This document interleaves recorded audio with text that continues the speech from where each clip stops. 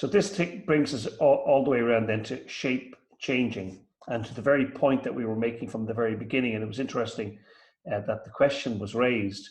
So I love this image because this is, in effect, one piece of paper.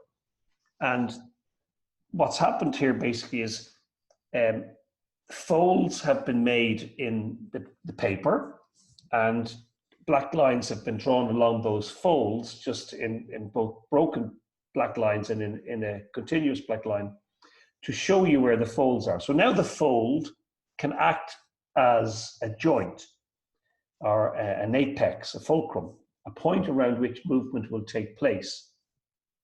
And so when we now add compression to the tissue, its shape changes.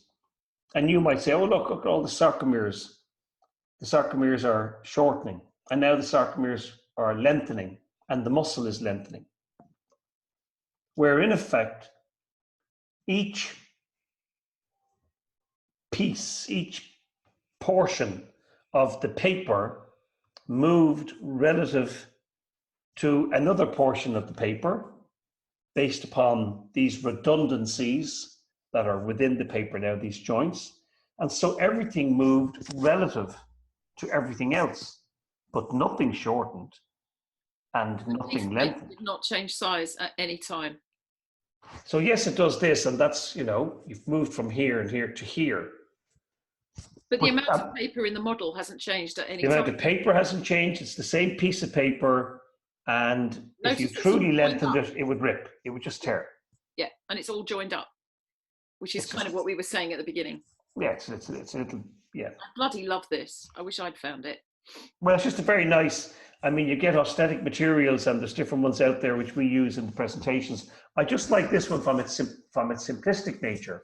I think anybody can look at that immediately and begin to grasp, even from the viewpoint of a muscle tissue, and the way in which we describe sarcomeres, and you know how the myosin molecules with the tightened tails, you know, pull on the walls of the sarcomeres, and then you get this shortening.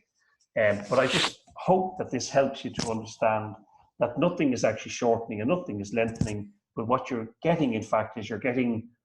it appears to shorten. It appears to shorten, appears to lengthen, but things are simply shape changing and moving around each other, moving relative to the, in this case, the joints, as I'm calling them, the redundancies that have been made to the paper. Do you want to add anything else, Joanne? No, I just love it. It just says everything that we said. It's one piece of paper. It always stays the same size. And you could say it's stretching or it's contracting, because now the top and the bottom are getting very close to each other.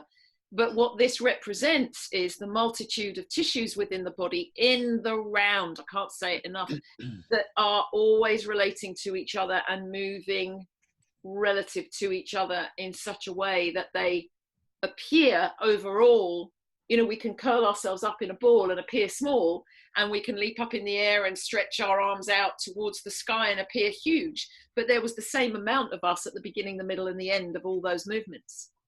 And I know this sounds so simplistic, like we're with kindergarten kids, but actually it's the missing piece in classical biomechanics.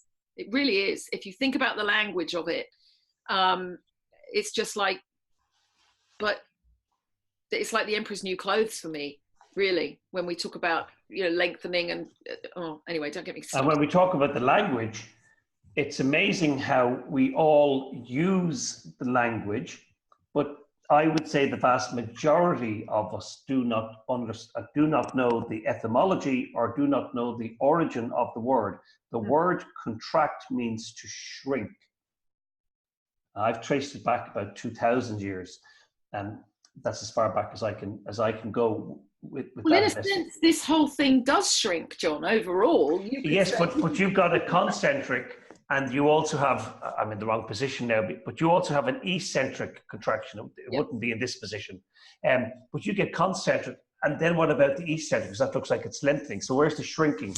It's just, it's interesting that early philosophers and early investigators of human form and function used the word contract, because contract literally translates to shrink.